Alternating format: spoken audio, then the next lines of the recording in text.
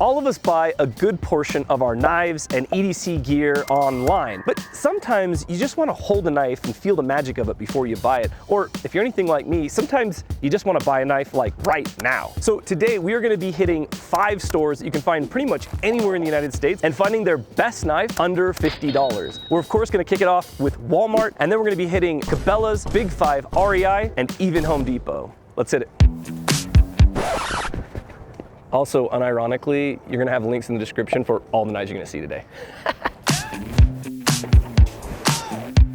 All right, here's the magic. We're doing this just like right after Christmas, so the pickings seem a little slim. We got some Gerbers, we got some bucks, which are pretty rad. Ooh, there's a Victorinox Tinker in the back. That flat iron, ooh, the flat iron's not bad. How much? The buck is, I want to buy another 119 special, but they're that's $70. I think we're gonna go with the 110, the lightweight 110. That's what we're gonna try. Lightweight 110. Thank you, appreciate it. So I didn't have very high hopes going into Walmart. I don't buy knives there, I don't really shop there, but I was really excited to see some bucks and to see a couple pretty good Gerbers. They had some CRKT minimalists, but I ended up landing on the buck 110 lightweight because it's a lot of knife for $26. I mean, this is a strong lock back knife. You get like a 3 3/4 inch blade on this thing. You got the 420 HC Paul Bose heat treated blade, and it's made in the United States, which is pretty rad for $26. Overall, I'm pretty excited about it. That nylon handle, I've never used the lightweight, so I don't know how long it'll hold up over time, but the overall weight of the knife comes in at like 3.2 ounces, so not light, but very light for a buck 110. You could carry this thing in pocket, or it even comes with a sheath, and you could carry it on your hip, which is how I prefer to carry my 110s anyways. I mean, I'm gonna call that a win. Pretty excited to see what else we can find. I think this is gonna be our best knife selection out of everywhere yet so far. Do you think we can get a ZT for 50 bucks? Ooh, case knives. I think we're gonna have to go clam pack here. I think it's gonna be something hanging on the shelf. Got some Gerber. Ah, dang. This would have been rad, but not 50. The suspension, that's not a bad one though. All right, let's see what else we got.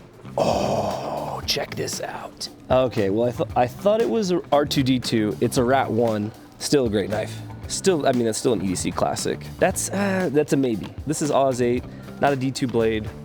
Maybe, that's a maybe. All of those are gone. I think this is where we're gonna find it, CRKT. Okay, we've got some M16s. Some of you guys out there might hate me for this. I'm not a big M16 fan, personally. So if I was looking to spend 50 bucks, I don't think I would go an M16 with my money. Oh, the Overland. Oh, this is our buddy TJ designed this one, but it's over 50, so we can't do that one, unfortunately.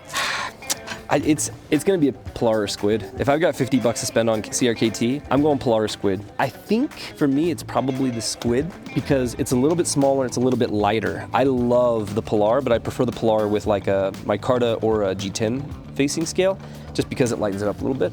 So, Squid, we're going Squid.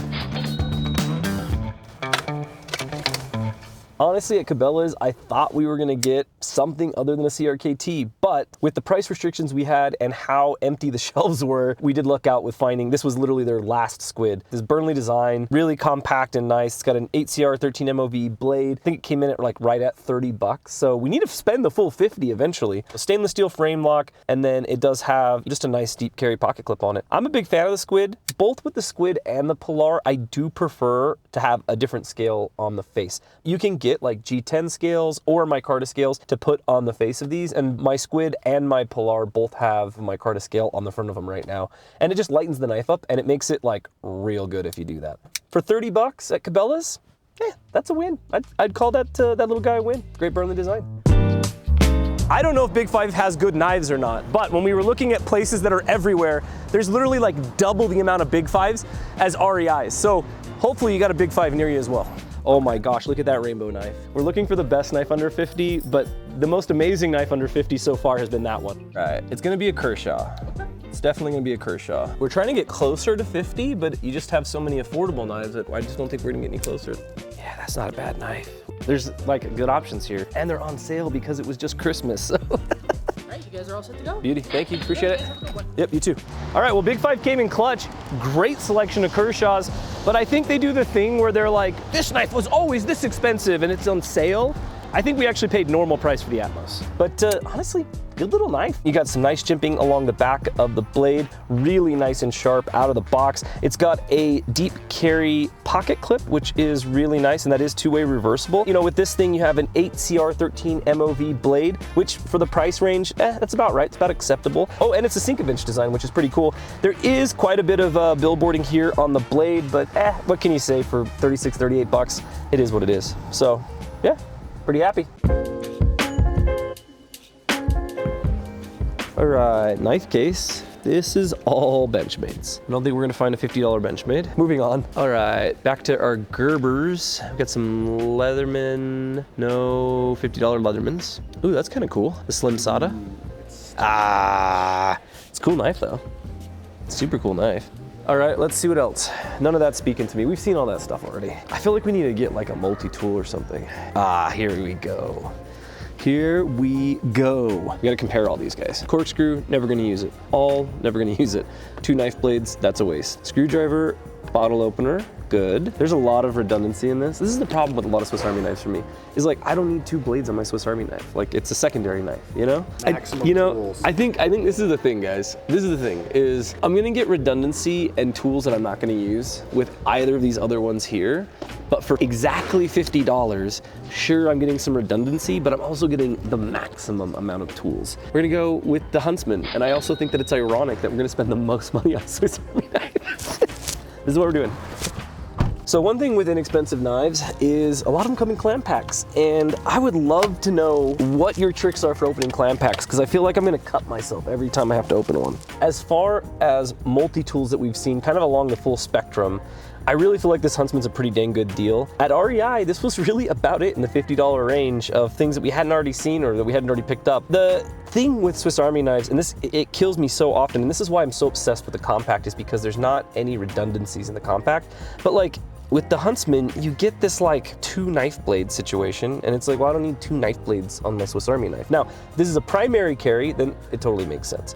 But the reason that I ended up opting for the Huntsman was mostly because it had the saw. And honestly, saws can be really useful, even just in like your normal EDC. So I was pretty stoked on that. We did a whole video on the awl here on the channel, and you know, I've got some opinions about it, and I made some statements about it. I kind of talked about like, is the awl an obsolete tool? And we had a fun discussion about it. I will show you though one tool that is obsolete, and that is the parcel hook. I know that some of you out there are just diehard parcel hook fans, but like, I had the parcel hook on my compact for over 2 years, and I used it twice. I used it once for reals, and then I used it a second time trying to use it, and it ended up not working for what I needed it to work for. The Huntsman though, I think for 50 bucks we did all right. I do think it's funny that the most expensive knife that we found in our quest was a Victorinox, which is pretty funny, but I think, yeah, I've been pretty happy with the Huntsman as our choice of knife from old REI.